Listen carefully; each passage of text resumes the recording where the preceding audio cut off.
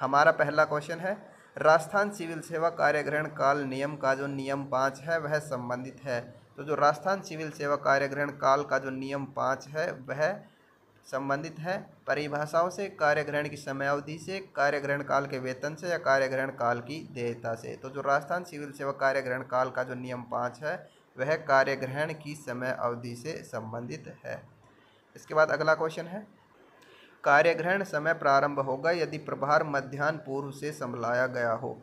यदि प्रभार मध्याह्न पूर्व से संभलाया गया है तो कार्यग्रहण समय कब प्रारंभ होगा? पुराने पद के प्रभार को त्यागने के अगले दिन से, पुराने पद के प्रभार को त्यागने के अगले दिन पूर्वाह्न से, पुराने पद के प्रभार को त्यागने की दिनांक से या उपयुक्त में से कोई नहीं।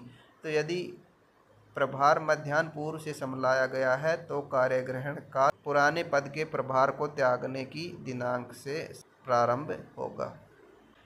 इसके बाद अगला क्वेश्चन है, कार्यग्रहण समय प्रारंभ होगा यदि प्रभार अपराह्न से संभलाया गया है। कार्यग्रहण समय प्रारंभ होगा यदि प्रभार अपराह्न से संभलाया गया हो, उसी दिन से, अगले दिनांक से, उसी दिन अपराह्न से या उपयुक्त में से कोई नहीं। तो यदि प्रभार है वह अपराह्न से संभलाया गया है तो जो कार्यग्रहण समय है वह अगली दिनांक से प्रारंभ होगा। इसके बाद अगला क्वेश्चन है, एक ही स्थान या एक स्थान से दूसरे स्थान पर जाने से आवास परिवर्तन के मामले में एक ही स्थान से तात्पर्य होगा। एक ही स्थान या एक स्थान से दूसरे स्थान पर जाने से आवास परिवर्तन के मामले में एक ही स्थान से तात्पर्य होगा। एक ही नगरपालिका, नगरपालिका के उपनगर, नगरपालिका छावनियाँ या उपरोक्त सभी। तो एक ही स्थान या एक स्थान से दूसरे स्थान पर जाने से आवास परिवर्तन के मामले में एक स्थान से तात्पर्य होगा। एक ही नगरपालिका, नगरपालिका के उपनगर या नगरपालिका के छावनियाँ, उपरोक्त सभी आ जाएंगे इसमें। ठीक है। इसके बाद अगला क्वेश्चन है, एक ही स्थान या एक स्थान से दूसरे स्थान पर जाने से आवास परिवर्तन नहीं होने पर राज्य कर्मचारी को नया पद ग्रहण करने के लिए कितने दिन से अधिक का समय नहीं दिया जाएगा? एक ही स्थान या एक स्थान से दूसरे स्थान पर जाने से आवास परिवर्तन नहीं होने पर राज्य कर्मचारी को नया पद ग्रहण करने के लिए कितने दिन से अधिक का समय नहीं दिया जाएगा? 2 दिन से अधिक का, 1 दिन से अधिक का, 3 दिन से अधिक का या 5 दिन से अधिक का। तो एक स्थान पर या एक स्थान से दूसरे स्थान पर जाने से भी अगर आवास परिवर्तन नहीं हो तो राज्य कर्मचारी को नया पद ग्रहण करने हेतु 1 दिन से अधिक का समय नहीं दिया जाएगा। ठीक है। इसके बाद अगला क्वेश्चन है, एक ही स्थान या एक स्थान से दूसरे स्थान पर जाने से आवास परिवर्तन नहीं हो किंतु दूसरा कार्यालय 2 किलोमीटर से अधिक दूरी पर हो, तब राज्य कर्मचारी को नया पद ग्रहण करने के लिए कितने दिन से अधिक का समय नहीं दिया जाएगा? ऑप्शन है 1 दिन, 2 दिन, 3 दिन या 5 दिन। तो यदि एक ही स्थान या एक स्थान से दूसरे स्थान पर जाने से आवास परिवर्तन नहीं हो किंतु दूसरा कार्यालय 2 किलोमीटर से अधिक दूरी पर हो, तब राज्य कर्मचारी को नया पद ग्रहण करने के लिए 1 दिन से अधिक का समय नहीं दिया जाएगा। इसके बाद अगला क्वेश्चन है, जब 1 दिन का ही कार्य ग्रहण काल स्वीकृत हो एवं कोई कर्मचारी कार्यभार पूर्वाह्न या अपराह्न में देता है तो उसे नए पद का प्रभार उसी दिन ग्रहण करना होगा, अगले कार्य दिवस में अपराह्न तक ग्रहण करना होगा, अगले कार्य दिवस में पूर्वाह्न तक ग्रहण करना होगा या उपयुक्त में से कोई नहीं।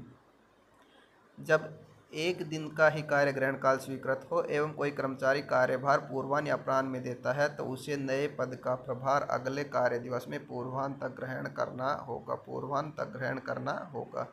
इसके बाद अगला क्वेश्चन है, एक स्थान से दूसरे स्थान पर स्थानांतरण एवं आवास परिवर्तन के मामले में राज्य कर्मचारी को पुराने मुख्यालय और नए मुख्यालय के मध्य सीधे मार्ग एवं हवाई जहाज से यात्रा के संदर्भ में कार्य ग्रहण काल स्वीकार्य होगा, सीधे मार्ग एवं सामान्य माध्यम से यात्रा के संदर्भ में कार्य ग्रहण काल स्वीकार्य होगा, सीधे मार्ग एवं सामान्य माध्यम से यात्रा के संदर्भ में 3 दिवस जोड़कर कार्य ग्रहण काल स्वीकार्य होगा या उपयुक्त में से कोई नहीं।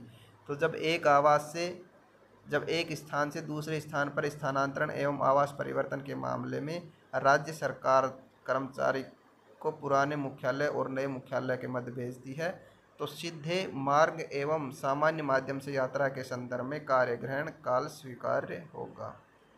इसके बाद अगला क्वेश्चन है, जब कार्यग्रहण काल के पश्चात राजकीय अवकाश आए तो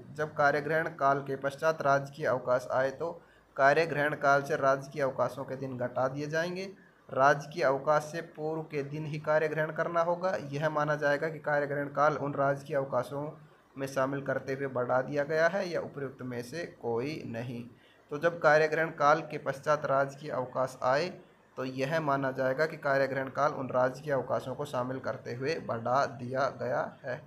अगला क्वेश्चन है, अगर पुराने एवं नए मुख्यालय के मध्य दूरी 1000 किलोमीटर या कम है तो स्वीकार्य कार्य ग्रहण काल होगा।